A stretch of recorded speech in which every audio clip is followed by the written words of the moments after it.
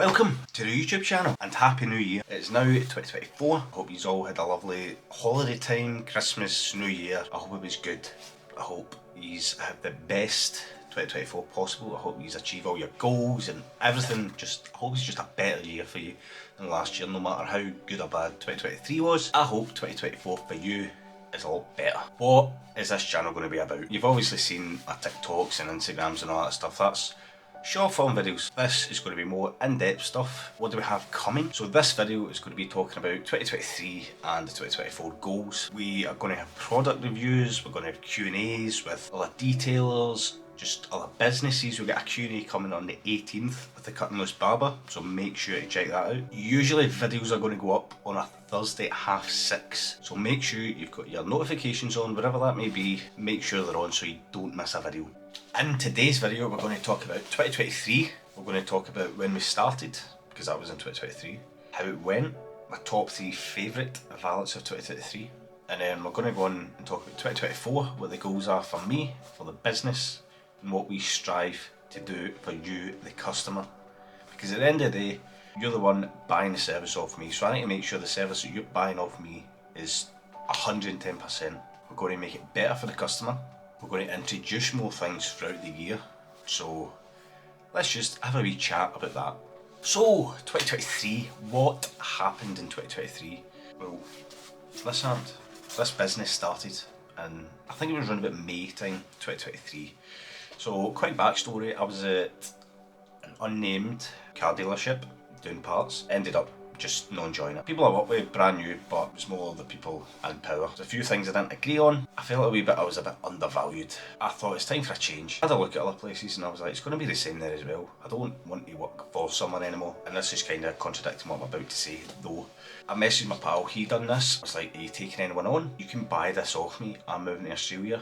And I was like, result, I'm going to be working for myself. I've always wanted to do it, I've just never knew what to do in a sense. I went to the gym and all that, so I did debate doing PT and stuff like that. I was like, this is my chance to make something of myself basically. Because even since school I was to and fro between a couple of jobs and college and I never really knew what to do myself. When this opportunity came up, I grabbed it with both hands and was like, do you know what, go for it. But that never worked out, near it did.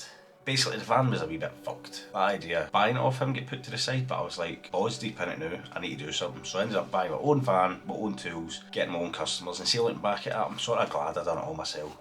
Because don't get me wrong, it would have been nice, especially at the start, to have his customers and not have to worry about getting the tools, like the pressure washing and all that, and putting it in the van and all that nonsense. It was just added on stress that I could have done without, but looking back, it was done for a reason. Glad that I'd done it. The first couple of months were really tough, so they were. You were relying on friends and family, booking in and trusting you, because as I said, I was doing parts at Arnold Clark. Not that I never had an idea of what I was doing. Like, I had done it a wee bit before on my own car and family and friends' car, but the fact that I was doing it as a job rather than just something I enjoyed was really different. These people were paying me money. It wasn't just, oh, quickly do your car for you. This was full-time me as a business coming to you, the customer. So as I said at the start, it was a bit tough, but doing people's jobs, family and friends, grew and grew. Word got about on social media, I started my Instagram, that I was going to say blew up, but we were getting really good views and likes and follows on it. TikTok has been massive, so it is absolutely massive. If anyone is watching this and feels not too sure about social media, get on TikTok. Instagram, get on that as well. We also have a Facebook, but that's linked to my Instagram. I don't really post on that. It's posted through the Instagram, but TikTok is massive, so it's absolutely massive, because your videos can just blow up at the drop of a hat, so they can. I've sadly not had many. I've had a few 10,000 views and all that stuff. Like, a few have done good, but if you're consistent with it, you'll be absolutely fine. My TikTok and Instagram just blew up essentially in a way, not like millions and millions, but the amount of jobs we've had off TikTok has been unreal. The reach we've had off TikTok, unbelievable. So if you're out there and whatever it may be, whether it's car valeting or PTing or anything, you're starting your own business, you're working for yourself, then get on social media, because trust me, it'll be one of the biggest mistakes you make if you don't do it. And people always say to you like, oh, you don't need social media and do flyers and stuff like that. So wee bit of backstory, I done flyers, they're about 70 odd pound, 1,000 of them, handed them all out. So you're spending money and you spend time handing them out as well. I get 3 inquiries from my flyers, I get 1 booking from my flyers. I would rather have spent the time and the money on just advertising like a TikTok video or something, because as I said, TikTok has got me so much work. Unbelievable amounts of work. Definitely do it. It was easy for people in the past to ignore social media, and even now, like local-ish businesses don't really need social media if they've got that custom, you get me? If you're, say, a driving instructor and you've been doing it for 20, 30 years, you don't need social media, you've got that clientele, you've got your name out there. But see, if you're just starting out, you have to go on it, you have no choice. Basically, and you don't need to do like front of the camera stuff, because when I started I wasn't doing that. It took me a good few months to get in front of the camera, and it was more not the fact of being in front of a camera, but all the fact that I'm just sitting talking to myself. And obviously you're watching this now, but at the end of the day I'm just sitting in my room myself talking to a camera. It's a bit mental, but definitely get on social media.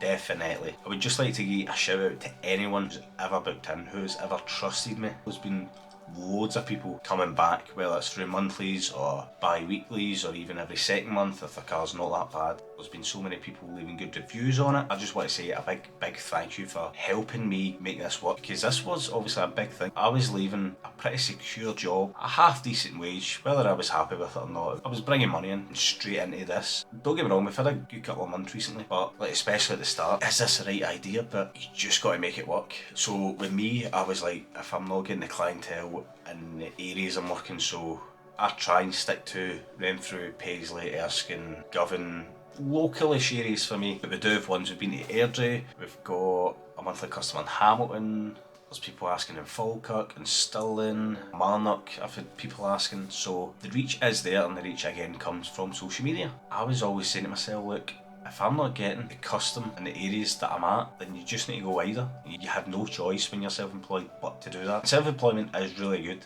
There is a couple of downsides to it, like especially over Christmas. I took days off because we were redoing the van up, so making it easier for me to work out it basically. But I obviously never get paid for any of the days compared to the years before when I was taking holidays. I was obviously getting holiday pay for them, but now it's like if you don't work you don't get paid. So I'm also struggling sometimes to find a balance of turning away jobs and try and take days off, because I'm like, I just need to get the work in, need to get the money in, need to get this in, need to get that in. But then it eventually catches up with you. So make sure, if you're getting in this game, make sure you're focusing on building a clientele, building a brand, everything, but make sure you're taking time for yourself too, because that is also important. At the end of the day, there's no point paying bills if you're absolutely got backs away by 3 years time and all that stuff in a wheelchair or something. I don't know, I'm probably being a bit over the top here, but you get what I'm saying. So make sure you look after yourself as well. So on that subject, we're going to talk about my top 3 favourite valets of the year. Took me a wee bit of time to think about this, so it did, but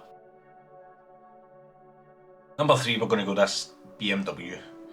I think it's a M Sport 3 Series or something. I've not got a Scooby. Don't know about motors, to be honest, but this one is always a wee favourite of mine because it's never ever dirty. Like hardly ever. There's hardly any dirt on it. Obviously the outside, majority of the time you're doing the same on the outside for any car, but obviously with the inside you could be spending longer doing this, doing that, doing the seats, doing the carpets, hoovering, whatever it may be. This one is a dream. This is a monthly customer, so we're in and out in under 2 hours. It's absolutely brilliant to do. As I said, this is a personal favourite of mine. I love doing it, so we're going to have this number 3.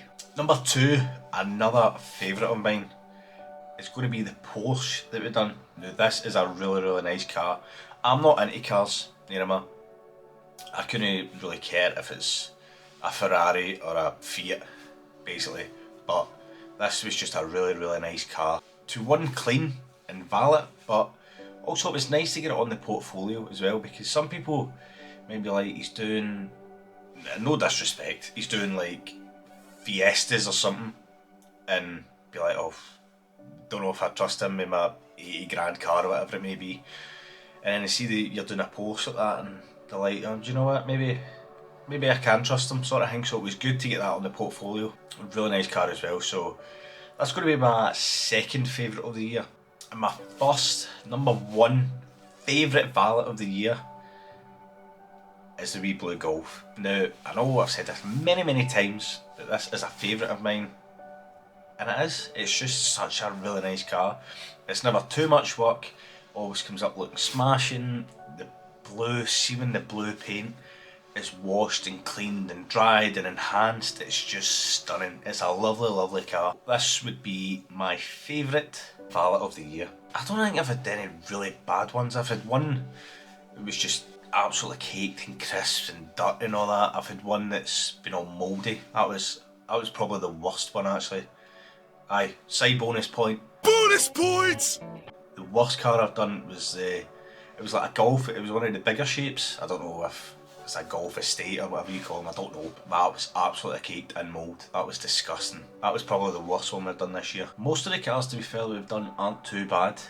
Like, there's obviously a bit of work to be done with them, but there's been a couple that I've walked in and been like, holy shit. But the one with the mould, I was told about it prior, but not to that level. I was like, Jesus Christ, wow.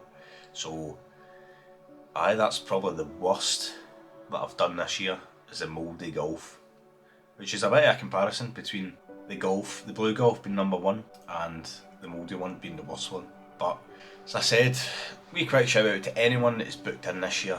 I really do appreciate it. You've helped this business get off the ground, so thank you very much. We're now going to move in and talk about the goals of 2024. And we do have major goals. We've got small goals, but we've got major goals we want to hit next year, or this year. Obviously when this video comes out. I'm recording this on the 27th, so you'll see this on a week tomorrow. When's that? I don't know. The 3rd or something? 2nd, 3rd? I can't remember. But you'll see this in January. We're going to talk about 2024, what the goals are for the business, how we want to grow it, how we want to make it better. The biggest thing that we are going to get into is paint correction. Whether this be an gloss enhancement, wet sanding, ceramic coating, probably only be able to do a 1-stage paint correction with us being mobile. A 2-stage and all that sort of stuff is probably, you probably need the car for in a unit for a couple of days. Maybe able to work something out, especially it depends on the weather. That'll be a big thing, so that is the major thing that we are going to offer this year. The reason we don't offer it now is 2 things. One, because of the tools. We don't have the tools yet. We do have ideas of what machinery we're going to go for. The second one is the training. Now, there's a lot of money. I don't know if you know about ceramic coating and all that, but you would charge a lot of money for doing this. So for anyone that doesn't know, ceramic coating is like a wee coating basically that goes over your paint and really protects it. These can last for a couple of months, for a year. I think you can get ones that go up to like 10 and 15 years. So the reason we are doing that, so we offer more and better services for the customer. But it's the training. With the price that you can charge for these, we want to make sure we're doing the correct training so it's 1,000,000% on point for the customer. We don't want to cut any corners. We don't want to give any bad results, so we're going to make sure we go through the training. So that's the first thing we're going to do, is the training, and then we're going to get the machinery. Hopefully around about the summertime, that's when we'll introduce this, so keep your eye out for that. That is a major goal that we are going to do this year. We do have some short, medium and long term goals with regards to building the business on social media. We've got really short term goals, numbers we want to hit, long term, medium term, whatever you may call that.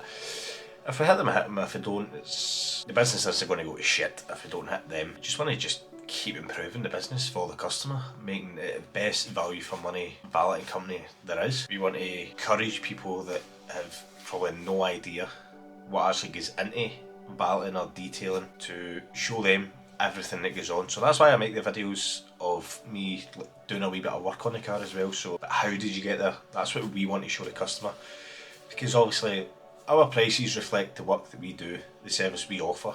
And some people might be thinking like, that's a bit steep, I don't know, like it's just a car wash, but it's not. It's like, that's probably one of the pet peeves of a detailer or a valeter, is it's just a car wash. It's not. Just a car wash is your local scratch and shine. If you want to pay 15, 20 quid, whatever it may be, then go ahead.